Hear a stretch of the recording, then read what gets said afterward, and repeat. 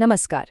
आज बात करते हैं एक ऐसे फैसले की जो भारत के लाखों सरकारी कर्मचारियों के रिटायरमेंट के भविष्य को तय करने वाला है। वो एक बहुत ही अहम मोड़ पर खड़े हैं।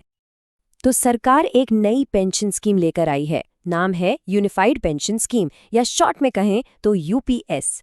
लेकिन इसे लेकर कोई खास उत्साह दिख नहीं रहा है। मतलब बिल्कुल ठंडा रिस्पॉन्स है। तो सवाल ये है कि आखिर ऐसा क्यों है। चलिए इसी को समझने की कोशिश करते हैं। अच्छा, इस पूरे मामले को समझने के लिए हमें थोड़ा पीछे जाना होगा। नेशनल पेंशन सिस्टम यानी एनपीएस तक।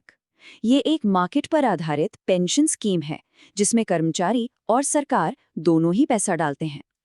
अब देखिए, पिछले 20 साल से भी ज्यादा समय से बहुत सारे सरकारी कर्मचारी इसी सिस्टम का हिस्सा हैं और सच कहें तो वो इससे बिल्कुल भी खुश नहीं हैं।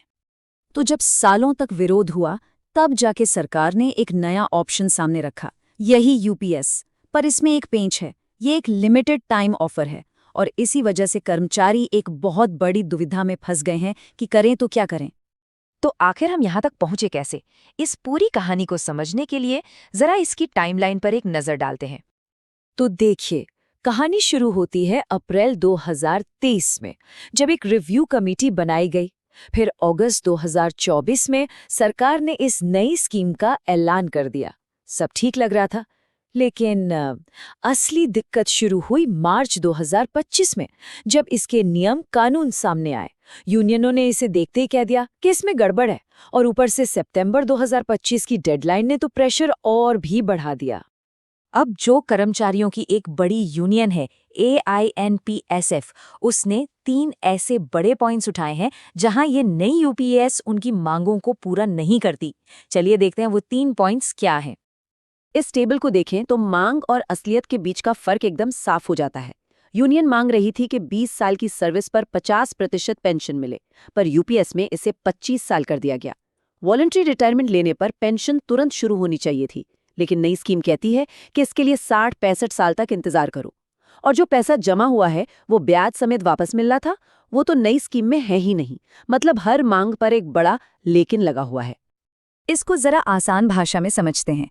सोचिए, कोई कर्मचारी 20 साल नौकरी करने के बाद वॉलंटरी रिटायरमेंट ले ले, लेकिन पेंशन के लिए उसे 60 या 65 साल की उम्र तक इंतजार करना पड़े। ये तो बहुत ही लंबा और एक तरह से अनिश्चित इंतजार हुआ है ना। तो इस नई स्कीम पर कर्मचारियों का क्या कहना है? उनका रिएक्शन कैसा रहा? खैर, इसके लिए कुछ कहने की जरूरत नहीं है, क्योंकि जो आंकड़े सामने आए हैं वो खुद ही पूरी कहानी बयां कर रहे हैं। इस नई स्कीम को अपनाने के लिए करीब 32 lakh central government employees eligible थे। एक बहुत बड़ी संख्या है ये। तो 32 लाख एलिजिबल कर्मचारियों में से कितने लोगों ने इसे चुना? अंदाजा लगाइए। सिर्फ लगभग 31,555। जी हाँ, बस इतने ही। अगर इसे परसेंटेज में देखें तो ये 1% से भी कम है, 0.98%। ये सिर्फ नानुकुर नहीं है, ये तो एक तरह से स्कीम का सामूहिक बहिष्कार है।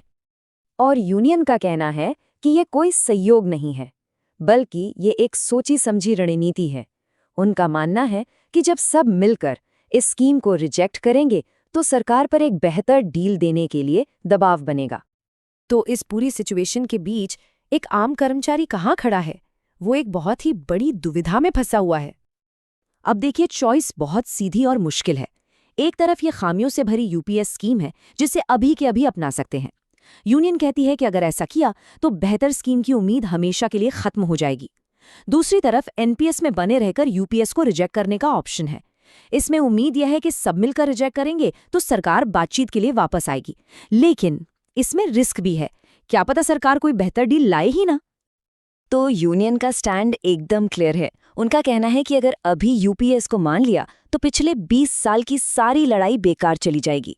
ये सिर्फ एक स्कीम को चुनने या न चुनने का फैसला नहीं है, ये अपनी कलेक्टिव पावर, अपनी सौदेबाजी की ताकत को बचाने की लड़ाई है। और तो और इससे राज्य सरकारों के लिए भी एक गलत मिसाल कायम हो जाएगी। तो कुल मिलाकर बात यहाँ आकर रुकती है। अपना निजी फायदा देखें या फिर सबके साथ मिलकर एक बड़ी लड़ाई लड़ें? हर कर्मचारी के सामने यही सवाल है। अभी जो मिल रहा है भले ही वो अधूरा हो, उसे ले लें, या फिर एक बेहतर भविष्य की उम्मीद में सबके साथ खड़े रहें, भले ही उसका नतीजा कुछ भी हो। वाकई ये एक ऐसा चौराहा है जहां से कोई भी रास्ता चुना आसान नहीं है।